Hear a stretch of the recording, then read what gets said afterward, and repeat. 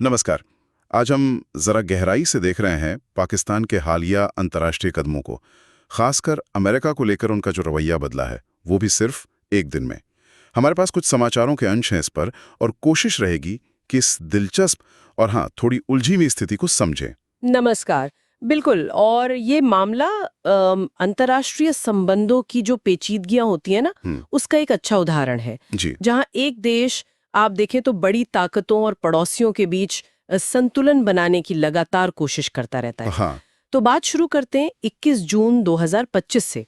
खबर आए कि पाकिस्तान ने अमेरिकी राष्ट्रपति, मतलब पूर्व राष्ट्रपति ट्रंप को 2026 के नोबेल शांति पुरस्कार के लिए नामांकित कर दिया। जी। और वजह बताई गई कि भाई जो 22 अप्रैल 2025 को जम्मू कश्मीर में आतंकी हमला हुआ था, हाँ। उसके बाद भारत के साथ जो तनाव बहुत बढ़ गया था, उसको कम करने में ट्रंप की भूमिका थी। बिल्कुल, ये नामांकन इसी आधार पर था कि उनकी डिप्लोमेसी से 10 मई 2025 को एक युद्ध विराम हुआ, और इससे दो परमाणु ताकत वाले देशों के बीच टकराव का एक बहुत बड़ा खतरा टल गया।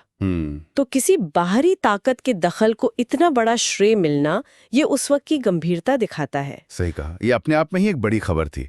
लेकिन कहानी में असली मोड़ तो अगले ही दिन आ गया है ना? बिल्कुल सही। अगले ही दिन यानी 22 जून को, नामांकन के ठीक 24 घंटे के अंदर ही पाकिस्तान ने ईरान के परमाणु ठिकानों पर जो अमेरिकी हवाई हमले हुए, उनकी बहुत सख्त शब्दों में निंदा कर दी। ये वाकई चौंकाने वाला था। मतलब सोचिए, एक तरफ आप शांति प्रयासों के लिए नोबेल का नामांकन कर रहे हैं जी, और दूसरी तरफ ठीक अगले दिन उसी अमेरिका की सैन्य कार्रवाई को आप अवैध बता रहे हैं, और स्थिरता के लिए खतरा भी। हाँ, ये विरोधाभास तो मतलब किसी के लिए भी समझना मुश्किल है। बिल्कुल, पाकिस्तान ने साफ कहा कि ये हमले अंतर्राष्ट्रीय कानूनों का उल्लंघन है और क्षेत्रीय शांति के लिए गंभीर खतरा है।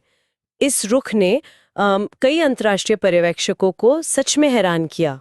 हाँ, और पाकिस्तान के अपने स्टैंड पर सवाल खड़े हो गए। सवाल तो खड़े हुए ही, और जाहिर है इस पर पाखंड के आरोप भी लगे होंगे। फिर आरोप लगे, बिल्कुल। एक दिन आप किसी को शांति का दूत बता रहे हैं, अगले ही दिन उसकी कार्रवाई की आलोचना कर रहे हैं। और सिर्फ आरोप ही नहीं, इससे पाकिस्तान की जो अंतर्राष्ट्रीय विश्वसनीयता है, उस पर भी एक प्रश्न चिन्ह लगा।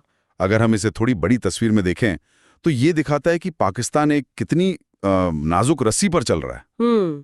उसे अमेरिका के साथ भी अपने रिश्ते बनाए रखने हैं, शायद आर्थिक और सामरिक वजहों से जरूरी हों। हाँ। और साथ ही अपने पड़ोसी ईरान को भी नाराज नहीं करना है, जिसके साथ उसके गहरे मतलब ऐतिहासिक सांस्कृतिक संबंध है, सीमा भी मिलती है। और क्षेत्रीय तनाव तो वैसे ही इतना बढ़ा हुआ है। बिल्कुल, ऐसे माहौल में ये संतुलन साधना बहुत बहुत मुश्किल काम है। तो क्या हम ये मान सकते हैं कि शायद ईरान पर अमेरिकी हमले का जो मुद्दा था, वो पाकिस्तान के लिए घरेलू तौर पर या क्षेत्रीय स्तर पर ज्यादा संवेदनशील था, भारत के साथ तनाव कम करने वाले अमेरिकी प्रयास के मुकाबले, और शायद इसीलिए ये विरोधाभासी कदम उठाना पड़ा? क्या ऐसा हो सकता है? देखिए, ये एक संभावित व्याख्या हो सकती है, क्यों नहीं। हर देश अपनी विदेश नीति बनाते समय अपने जो तात्कालिक राष्ट्रीय हित होते हैं, घरेलू दबाव होते हैं, क्षेत्रीय मजबूरियां होती हैं, उनको सबसे ऊपर रखता है।